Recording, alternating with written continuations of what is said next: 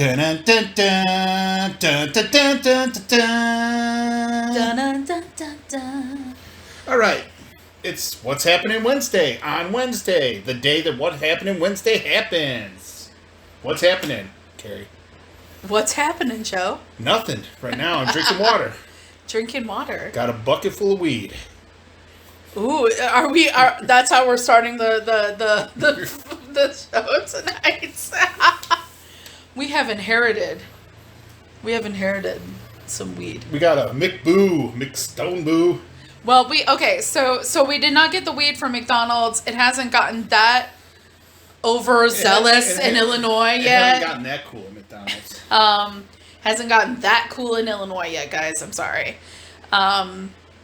However, yesterday we got the McBoo, and I have every intention of getting the other two from McDonald's.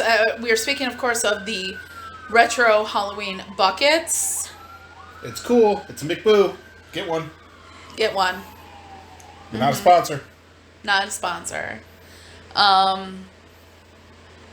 So, anyways, we inherited a bunch of weed products today, and they're sitting in our McBoo basket. It's now our happy basket. Yet? Yeah. So what do we talk about today?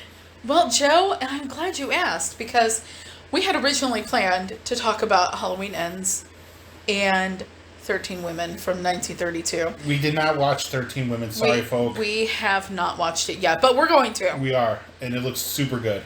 We are so going to watch that. We might do a little supplemental show. What do you think, Joe? Like maybe in a day or two? We'll post it, and I'll let you know on all the social medias when we do it. But we're totally going to do that. We just, I give you a little background. I had not watched Halloween Kills yet. And so the other day I watched that, and then last night we watched Halloween Ends. I watched Halloween Ends for the first time. Joe watched it for the second time. Yes. We have been seeing some people's reviews of Halloween Ends, and Joe, after your first viewing of it, I did not like the movie at all. You agreed with the bad reviews. I did. I agreed with the bad reviews. I was not happy with that movie one bit because of how different it was. And I think that's what made it good the second time. Okay, so guys, here's the thing. We're just going to dive right into it, and then we'll take a little time after we're done to talk about stuff that's coming up on the channel. So let's dive right into it. So let me tell you guys, here's the thing. If you have not watched any of these Halloween movies, like the Halloween reboot from 2018, Halloween Kills, Halloween Ends, if you have not watched any of them and you hate spoilers, please turn off this program right now. Go watch them. Then come back. To give you a little bit of a idea of where everything is, Halloween is the reboot. Where is it? What do you mean, where is it? It's on the TV. No, like what app? Oh, the first one isn't on anything. You gotta rent it. Damn it. Okay, so the first Halloween from 1978, that is on Shudder right now.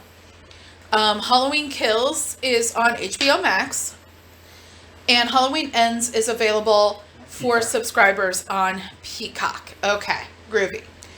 So, if you have not watched those, get thee to your TV and watch them, and then come back, because we got stuff to say.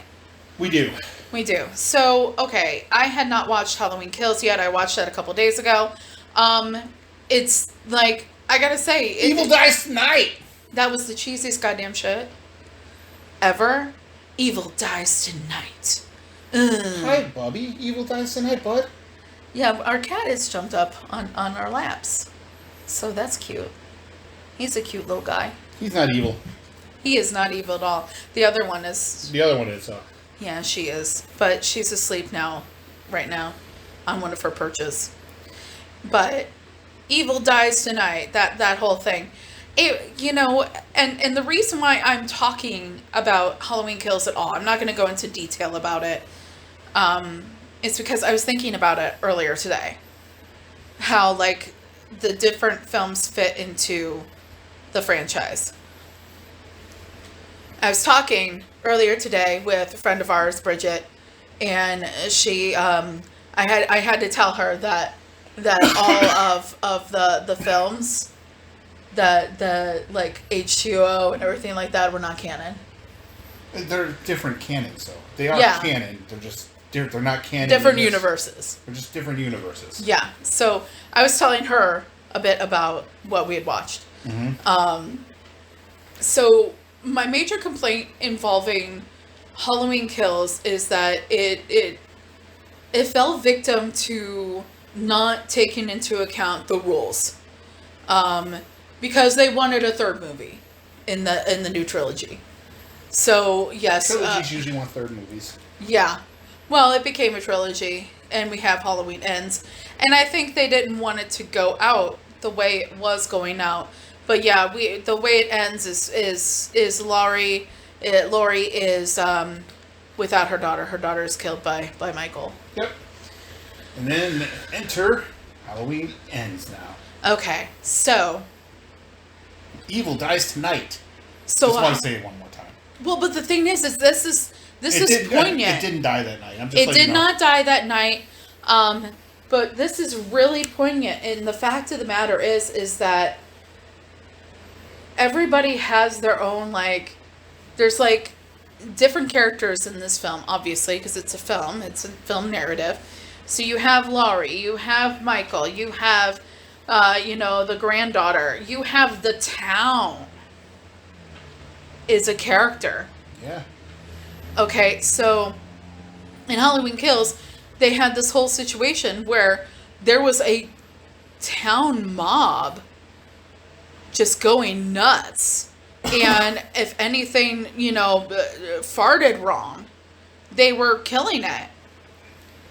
And this whole thing, you find out in the beginning, it only got worse. Yes.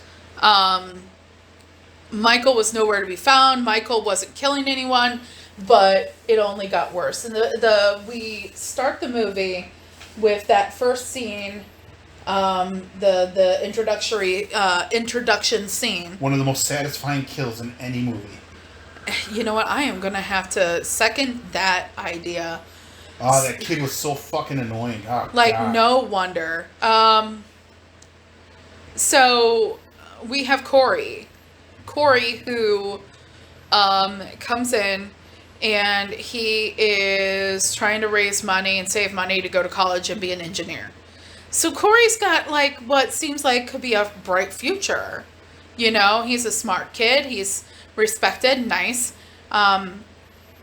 He's the person people call when they need help.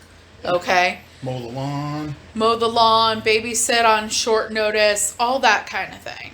Right? Which is exactly how Corey ends up in this situation. He is told, don't let him watch scary movies. Well, he lets the kid insists on watching scary movies. And so The Thing, to be specific.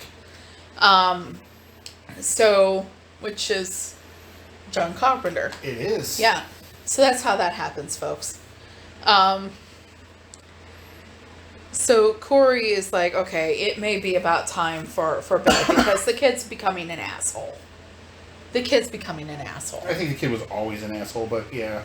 He was trying with the kid and trying to have fun with the kid, and kid's an asshole. So since the kid is an asshole, the kid decides that he's going to make it seem like there's a killer in the house, and the killer has him, and he's like screaming, and there's all kinds of shit happening, and it ends up with, it's all a joke the kid's playing on Corey. Corey ends up locked in an upstairs room, and this is an upstairs that is open air, right? So, like, if you stand at the top of the stairs, up against the banister, you can look down all the way down to the first floor in the foyer. And so he's like, I'm not kidding, I'm going to kill you, let me out of here, because he's gotten locked in this closet. And you know how you say, I'm going to kill you because you're not letting me out of the closet. You don't actually mean it, but unfortunately, the parents happen to be walking in the door right when the door is suddenly unlocked, and he comes barging out and knocks the kid over the banister, and the kid falls to his death. It's really gnarly how that works out. Like, ooh, but kid deserved it. Fucking kid. Fuck Yeah. you. So the most satisfying kill of the movie right there. I don't know if it's the most satisfying, but it's one of the most satisfying, because, I mean, those fucking band kids get it good, too, No, you know what? I think the most satisfying kill is the last one, to be honest, of the entire movie. Fair enough, but But we'll get to that. We're not going to get ahead of ourselves. But this is a pretty satisfying kill with this bratty kid. Yeah. That it was totally an accident, but unfortunately, Corey gets put through the ringer. Yeah. He eventually gets found not guilty, but the thing is we got Haddonfield. Haddonfield is town. small town. Illinois. Everybody has got their ideas, and everyone talks. Small town Illinois. And you know what? I understand it, because I came from small town Illinois. Me too. Though not as, like, if you say one thing about yourself, even in jest, in a small town, especially when you're a teenager, and even if it's something that's true, it gets blown completely out of proportion if you are the wrong person. Okay? If you are the wrong person, it happens. I speak from experience, believe me. I was teased relentlessly when I was a kid for just being weird. And, I know everyone goes through their own, things when they're a kid, but you have to admit there are some people just have it a little bit better than others. Yeah. So Corey gets put through the ringer, and everybody, even though it was determined it was just an accident, Excuse me. Gesundheit. Even though it was determined that it was just an accident, the whole town still thinks he's a psycho. Yeah. Quote unquote psycho. So he's trying to live his life, and this kid that was once promising, to become an engineer, everything like that, ends up working at his stepdad's mechanic shop and junkyard. Yeah. But his stepdad, seems okay, but the mom is like crazy. You're like wondering what possesses the stepdad to be involved with her at all. Like, does she give good head? I don't know what she do, but she is not a good person. Like, she is, you've heard of overbearing mothers. This is Oedipus-like, almost. Poor Corey. And the stepdad is nice and gives Corey a motorcycle and is like, don't tell your mom that I did this, that kind of thing. So you have to wonder, does she have beer flavored nipples, or does she give good head? Because she is absolutely awful. Like, maybe she makes a good pie. I don't know.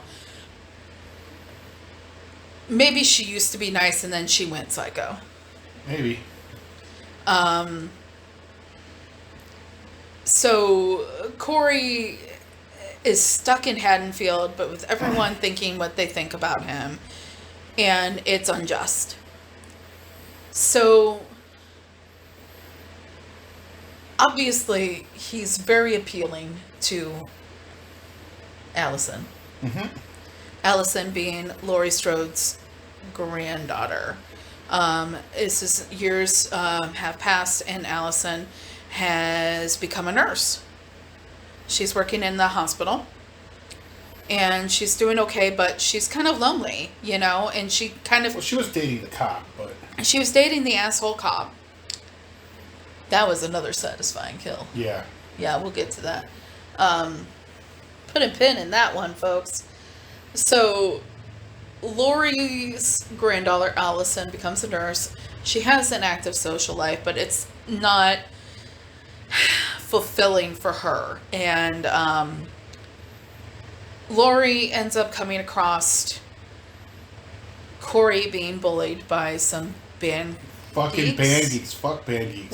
What the hell, man? I was a band geek, but like, that is shitty. These band geeks are shitty. Like, that is a satisfying, moment later on. But anyways, these band geeks are teasing and beating up on Corey.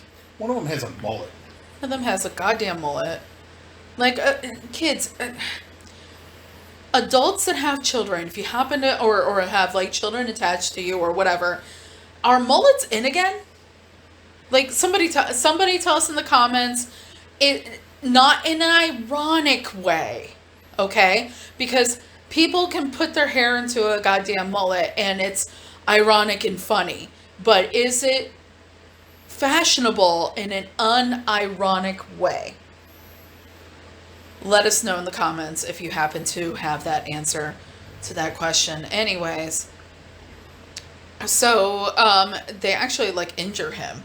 Like he gets like glass like Through his palm. Through his palm. Well, technically he breaks the glass but it's because he's being bullied and treated absolutely horribly. And I'm not just saying that. He is really getting treated shitty. The whole town is treating him like shit, and then he snaps. Yeah, so that's pretty much the whole story. Like that's pretty much but Lori sees this and she gets the kids to go away, and not only they go into the store and she's like, we're gonna stab their tire out, and so she bonds with Corey that way, and so she's like, you know what, I'm gonna introduce Corey to my granddaughter. And so that happens and sparks fly. Corey is into her. She is into him. He is reluctant at first. Yeah, I was going to say, it wasn't really like a two-way thing at first there. He was pretty reluctant. He was, well, the thing is there's a difference between reluctance and, man, I'd hit that if things were better kind of thing. So, like, yeah. He is quite aware of his situation. He's quite aware of what he's going through. And, but they end up, together, right? This, few day whirlwind romance here. And he gets into a situation where he gets thrown over a fucking bridge, guys. Fucking band geeks again. The fucking band geeks again. And when that happens, he finds out where Michael's been. Michael's been under a bridge. He's like the troll, man. He's like the troll under the bridge, yo. Okay. So Michael drags him into his little lair, right? Which is basically a sewer. Okay. Picks him up by the neck and sits there and just... Now, Michael's got all the equipment he needs to kill someone. Okay? This isn't one of these things where, if only I had a knife, That doesn't matter for Michael. He can go out and get a knife. He knows how to do that. But anyways, he picks this kid up by the neck, holds him up, looks deep into his eyes, and then lets him go. So... something in this kid snaps after he's, pushed off this bridge, left for dead, and he is like,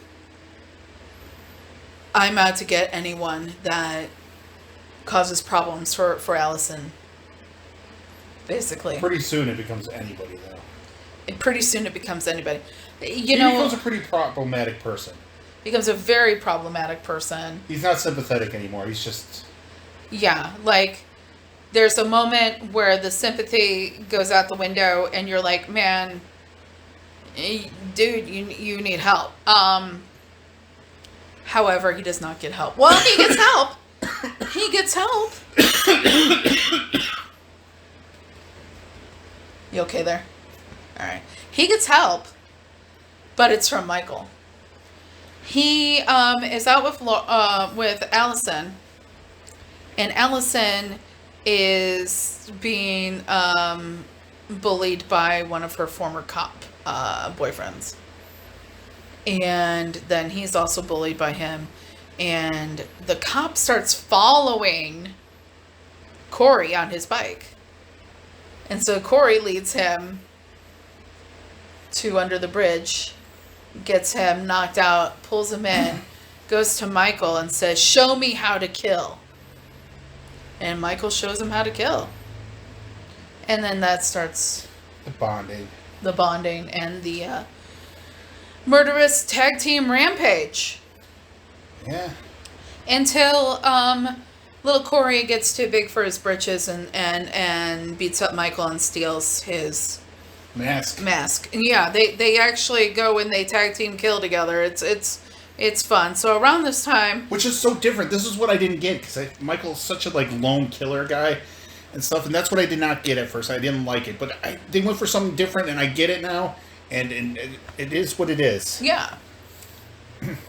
So it's about this time that Lori goes from liking Corey to being like, that boy ain't right. Because she saw his eyes, and she sees what's in Michael's eyes and his eyes.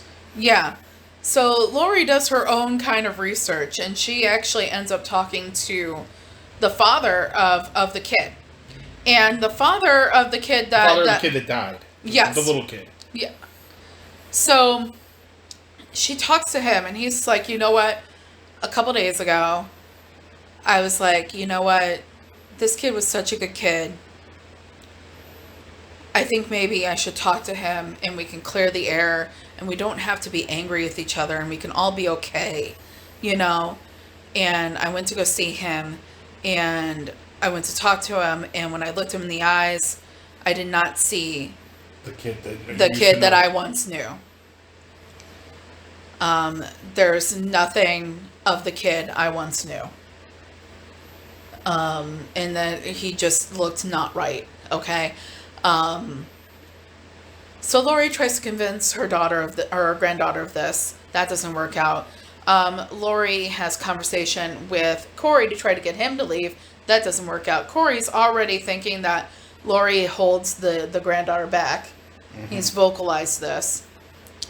He's starting to poison the granddaughter against Lori. Okay, now Lori, for her credit, we haven't talked much about Lori. It's because Lori isn't really in the movie that much. Lori's in the movie quite a bit. I mean, when it comes right down to it, you see Lori quite a bit more than Michael. Yeah. Michael's only in the movie for 10-something minutes. So what's Lori doing? But that's more than she's in the original movie, so hey. What's Lori doing right now? Well, Lori is actually, after her daughter died and Michael disappeared and wasn't doing anything, has been like, you know what? Screw this shit. I'm going to try to have a good life. I'm not going to sit around waiting for Michael to show up anymore, because if you recall from 2018 and Halloween Kills, that's basically where she was. She was sitting around survivalist mode, alcoholic, all that stuff, waiting for Michael to show back up so that she could kill him, because he was going to kill her. She knew that.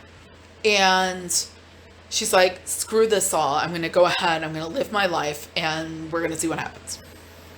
So what is she's being a grandma. She's making pies for people, trying to make pies for her granddaughter, and doing all kinds of stuff, and writing a book about her experience. She every once in a while hangs out and sees Officer Hawkins. Yeah. And he's still sweet on her. Okay. It's really quite cute. He's also trying to move on with his life. And he's like doing gardening and learning about cooking, and he's learning Japanese. And one of the things he's telling her is like, oh my God, this is so cute. He's just like, I want to learn about cherry blossoms. And she's like, ooh, cherry blossoms. But she's not quite there yet, and she is trying to live her life, but there is something still pulling her, keeping her there. And that thing obviously lives under a bridge like a troll. And that is Michael. One of the things you find out is this town is like absolutely toxic. You're finding out poisoned by evil. And everybody is there were people getting killed and there was fighting happening, but it wasn't done by Michael. The town was doing it itself. Yeah, the town was imploding, and the town and everything that's doing all of its toxicity was doing what? It was breeding evil, and it was breeding evil in the way that it treated Corey. Corey was not an evil guy, and so at first. So let's segue into basically the climax, and then we'll talk about kind of our reaction to the movie as a whole. So Corey steals Michael's mask. Laurie and her granddaughter Allison have fought. Allison is sitting there waiting for Corey. Corey times it beautifully so that Allison shows back up at the house right after he stabs himself in the neck after fighting with Laurie. Laurie shoots him and then he stabs himself in the neck, and she thinks that his grandma did it, man. Yeah. So then, right before Corey shows up, Laurie is back at a really bad place. She's drinking. She's loaded a gun. She calls in saying that she's killing herself. And then she hears dude coming. She shoots the pumpkin, and then he opens the door and she's pointing the gun at him. She's like, "Did you really think I'd fucking kill myself?" And shoots him. Yep. Poor Corey. His ending. And so then he falls down the stairs. She joins him and he stabs himself because she's like, "You can't have Allison." And he's like, if I can't have her, no one can. Meaning you can't have her either. Yeah. So I'm going to turn her against you, basically. And that happens. Allison leaves. Hawkins calls her while she's gone, like, "Oh my God, where's Laurie? Because we just had her call into the station saying that she was going to kill herself." Mm-hmm. So then she rushes back to the house. And everybody is on their way to the house. Well, what happens in the time between Allison leaving and everybody getting there? Michael shows up. And here's your showdown. Here's your final. Holy fuck. Showdown. She beats his ass. And it's lovely because even in her new, setting, without all of her survivalists and traps and everything like that, she is still like, "I'm ready for you, motherfucker." She hears the footsteps. She throws something in the microwave. Starts heating it up so that she could scare him with the microwave going off. Right? And, it's hard to describe it, guys, except for the fact that she beats the living tar out of him. He beats the living tar out of her. And she ends up with him on the kitchen island. And you gotta mention that, she hasn't come back yet. Never mind. No, not yet. Yeah, not yet. We have him on the kitchen island. She starts stabbing knives into his appendages. Right? Yeah. And just to keep him in place. She stabs it into one hand, and then Allison stabs it into the other hand. Well, no, she does all the stabbing. Oh, that's right. She knocks over the she runs out of knives, so she knocks over the fridge. The fridge, right, to incapacitate the legs. She starts stabbing him. I think in the chest, wasn't it? She stabbed him in the chest, and then it looks like through the lungs. Well, she's getting him in all the places that she has been. Yeah. by him. Oh man, guys. Call back to this knitting needles happens in the middle of this scene. Oh my god, call back to the knitting needles from 1978. So it's nice to see that Lori is still knitting. Yeah. You know, that's nice. So she's got him trapped on the kitchen table. He is almost dying. She slits his throat. The granddaughter hands her another knife. She slits his wrist. Like, he is bleeding out completely. He's basically dead, but the granddaughter is like, he's not dead enough. Yeah, dude. And the whole town. They strap his body to the roof of the granddaughter's car, right? And the sheriff is like, the police officer's like, this isn't how we do things. And the sheriff's like, it is this time. It is this time. It's tonight. And they strap him to the roof of the car, and the whole, like, town, like, it's in the cars. It's like a whole funeral procession. It's like a funeral procession. That's exactly the phrase I used earlier. It's like a funeral procession of everybody going to the junkyard. Going to the grinder. To the grinder. Oh, it grinds cars and shit, man. That thing. The thing with the little turnies? Yep. Oh my god. It's not just, like, compacting it. It, like... They fucking kill Michael Myers. It's not only just, we've, like, you know, like, stabbed him about 100 times. No. This is one of those turny things. This is not like the compactors, right? It's different. So... It's a grinder. Yeah, it's a grinder. And it's turny things, and they put him in it. Lori gets to throw his body in, and it just, like, tears the body completely into minuscule pieces. There is no more Michael Myers. But he already infected the town, so, I mean, he did his job. See, this is where we're going to kind of get... That's the end of the movie. Well, I mean, the granddaughter leaves town. Mm-hmm. She's getting out. And then we see Lori with Lori is like, hey, Officer Hawkins, you know, cutie McCutie face. Tell me about these cherry blossoms. So you get the idea that she's ready to hear about the cherry blossoms, so to speak. Like, she's ready for that part of her life to happen, where maybe a romance is possible between her and Officer Hawkins.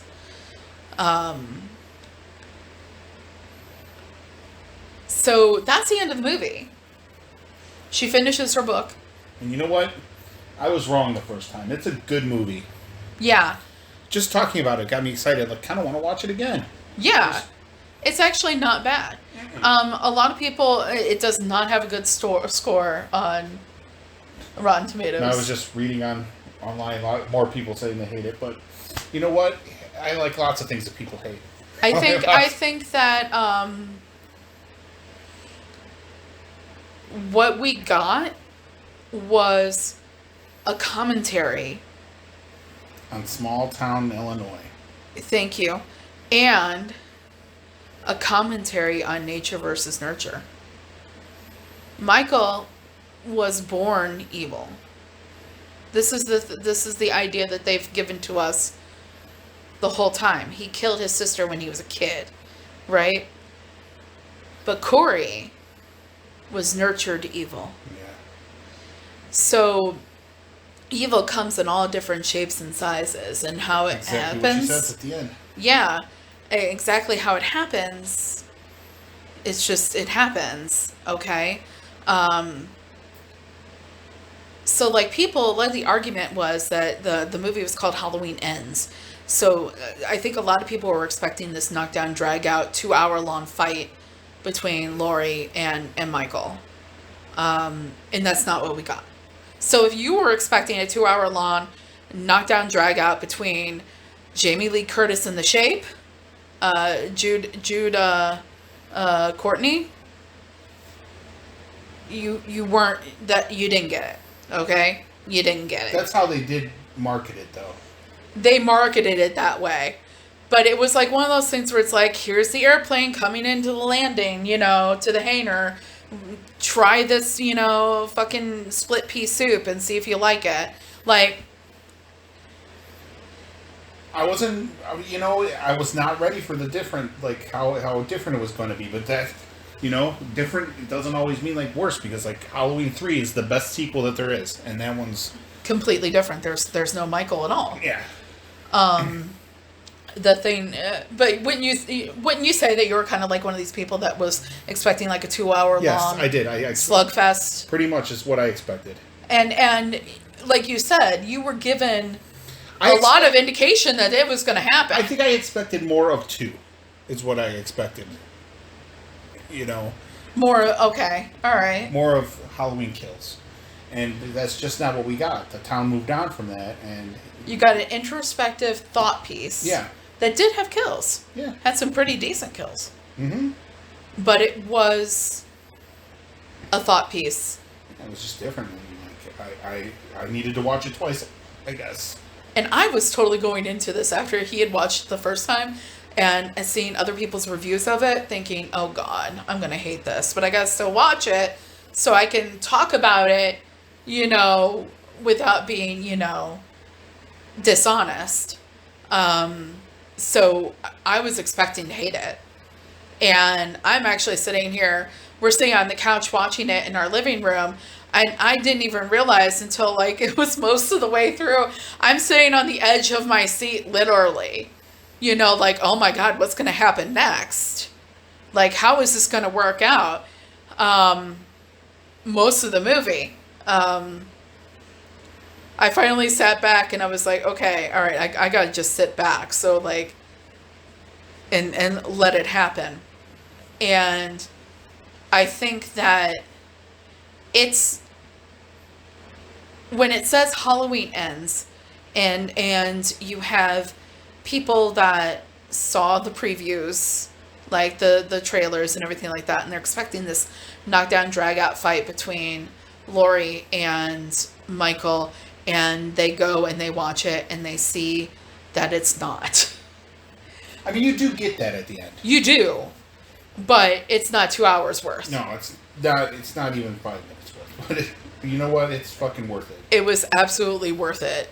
And I liked the whole like breeding of evil, like the born evil breeding the evil, and the evil in the town breeding the evil, nurturing the evil. Turned this town into such a pit of despair and fucking. And it has been something that, at least through this 3-film trilogy, that has been building. Yeah. And it's been one of these things where it's like, oh my God, guys, you've been building this since 2018 Halloween. And there's a crescendo in Halloween Kills, and then you've got this, bum ending here. It's like, oh, here's the thing, guys. Here's what you didn't think of. It's not all Michael. All the evil in Haddonfield isn't Michael. It's. And did it start with Michael? Absolutely. No, there's probably evil there before then. Well, for the purposes of their story. Yes, but for this story, yes. Did it start with Michael? Yeah. Did it end completely just with Michael? I don't know. I don't think it did. No. Because everything is a reaction. It is a bullseye. It is a ripple in the water. You threw the stone in. That was Michael. And then the ripples happen. And the ripples go out. Like, right? And this is how everything progresses year after year. And it's even one of those things where you see it you think about it off screen. You have the initial moment of Halloween in 1978, and then you have everything that happens between then and Halloween 2018, where Laurie somehow, gets pregnant, has a kid, but the kid gets damaged because Laurie's damaged and she's a survivalist, and the kid has to break away from the mother and everything like that. You have the Lori becoming an alcoholic. You have all these things where she builds her compound. And then she has, you know, all these things that happen. And you get the idea, those are ripples of pain and suffering coming out from the epicenter of what happened. Was Halloween Ends, the idea of calling it Halloween Ends, supposed to be just for Lori and Michael? No, I don't think so.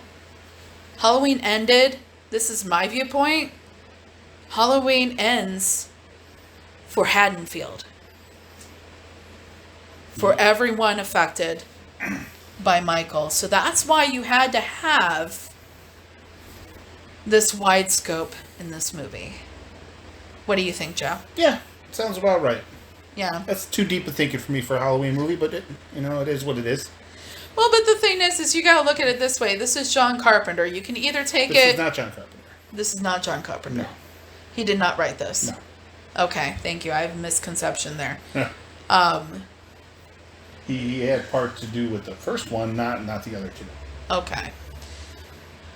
Except for some of the music, probably. Well, the music, he was definitely in the credits. I saw that.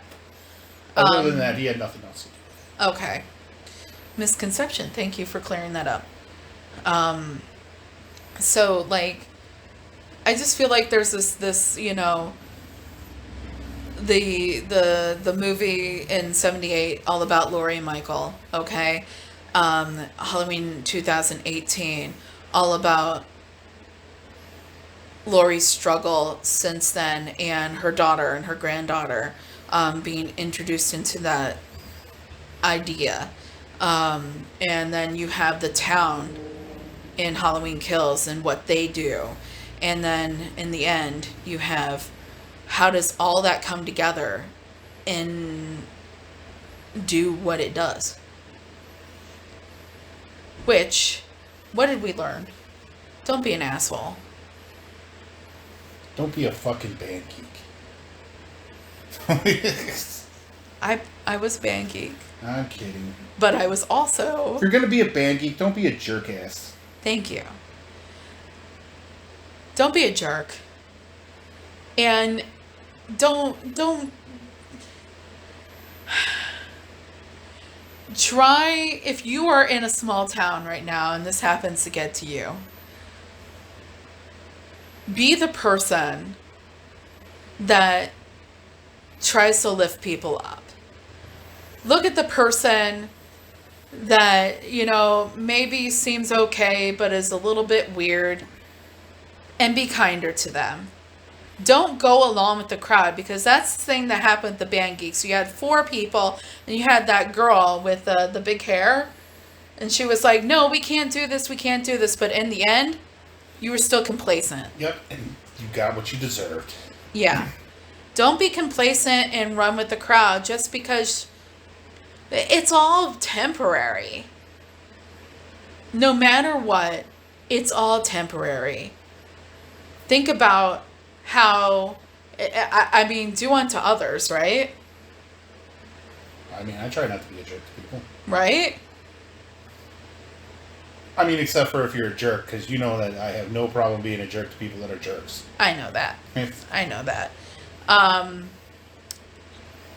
Be kind. You never know, as they say, you never know what somebody else is going through. Try to be kind. We're not all perfect when it comes to that. I know I'm not. I mean, Joe, you're not perfect. Nobody is perfect. Jeez, thank you. The way you said that. So you're not perfect. You're so fucking far from perfect, it's not even funny. You're probably more perfect than I am, dear.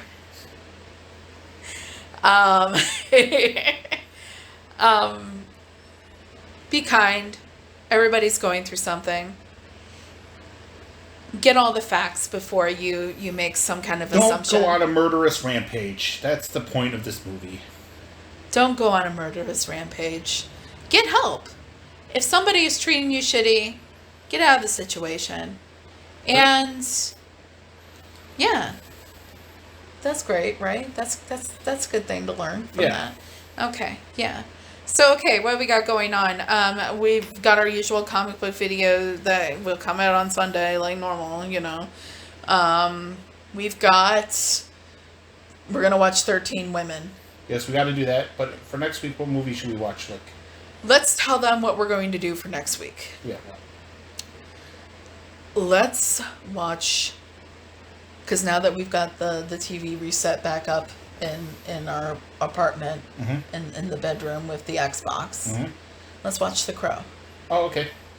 We're going to talk about The Crow next week, guys. Fire it up. Fire it up. It can't rain all the time, and we're going to talk about The Crow next week. Prepare thyself, because not only is The Crow one of my favorite comic book based movies, it's also one of my favorite movies. It's one of my favorite Halloween movies for sure. It's like one of my favorite movies. I have points of that film committed to memory. I need to read the comic again. It's been so long. I don't remember. We got to do that. We should get a new trade of that. We definitely need a new trade of that. So, The Crow next week. Stay tuned. We'll do a little supplemental broadcast about 13 Women. And I've got, I'm going to try to fit in one of my Doctor Who videos in the next, before the end of the week. And yeah, that's it. So next week when you join us, rewatch The Crow, and we'll be seeing you. And let us know in the comments what you thought of Halloween Ends. And we'll be seeing you guys. Bye. Bye.